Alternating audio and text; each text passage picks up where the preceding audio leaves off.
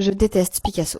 Alors, j'ai rien contre ses carrés, ses ronds, ses roses et ses bleus, mais lui, je ne peux pas me le voir en peinture, sans mauvais jeu de mots. Les épisodes que j'ai décidé de consacrer à Picasso seront divisés en deux parties, parce qu'on va parler de sujets importants et qui méritent d'être traités correctement, par respect pour les victimes du peintre. Je vais notamment te parler de 4 des femmes qui ont eu le malheur de partager sa vie et du terrible héritage qu'il laissera derrière lui. Avant tout, mention honorable à ces 3 autres femmes. Eva Gouel, qui mourra prématurément d'un cancer, Elsa Koklova, qui restera mariée 13 ans au peintre, contre son gré et alors qu'il la trompait, et Fernande Olivier, une modèle très connue à l'époque, qu'il forçait à rester enfermée toute la journée dans une chambre, par jalousie. Déjà, pour résumer Picasso en 3 mots, misogynie, mégalomanie, violence. Il lâchait des dingueries comme « Pour moi, il y a 2 types de femmes, les déesses et les paillassons ».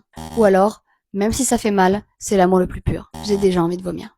Picasso fait partie de ce genre de peintres qui rencontrent un immense succès de leur vivant et qui du coup se permettent absolument tout parce que tu captes, il faudrait pas brider leur génie. Alors, on va commencer en 1926 quand il rencontre Marie-Thérèse Walter. Lui, à 45 ans, il est au top de sa fame et elle en a 17 et elle vient de la classe ouvrière. Pas si compliqué pour lui d'asseoir une domination psychologique sur l'adolescente. Elle l'inspire. Il va beaucoup la peindre et des années plus tard, elle racontera qu'il la violait avant chacune des séances de travail. Dans son délire viril et primitif, Picasso se représente beaucoup sous les traits du Minotaure en train d'agresser des jeunes filles, notamment Walter. Ce calvaire, il va durer 10 ans, et si seulement ça pouvait s'arrêter là.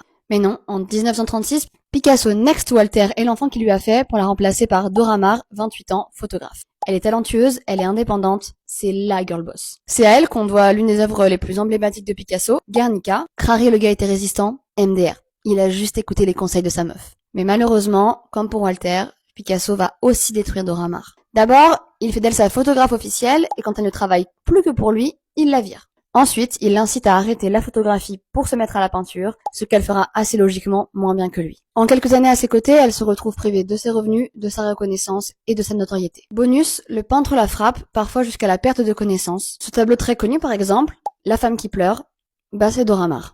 Maar commence alors à faire des crises de colère, mais à cette époque-là, on a un mot tout choisi pour parler des femmes qui crient un peu trop fort, l'hystérie. Maar, elle est envoyée chez le psychanalyste Lacan par Picasso où elle subira de nombreuses séances d'électrochocs. Et elle finira par se reclure complètement dans la religion.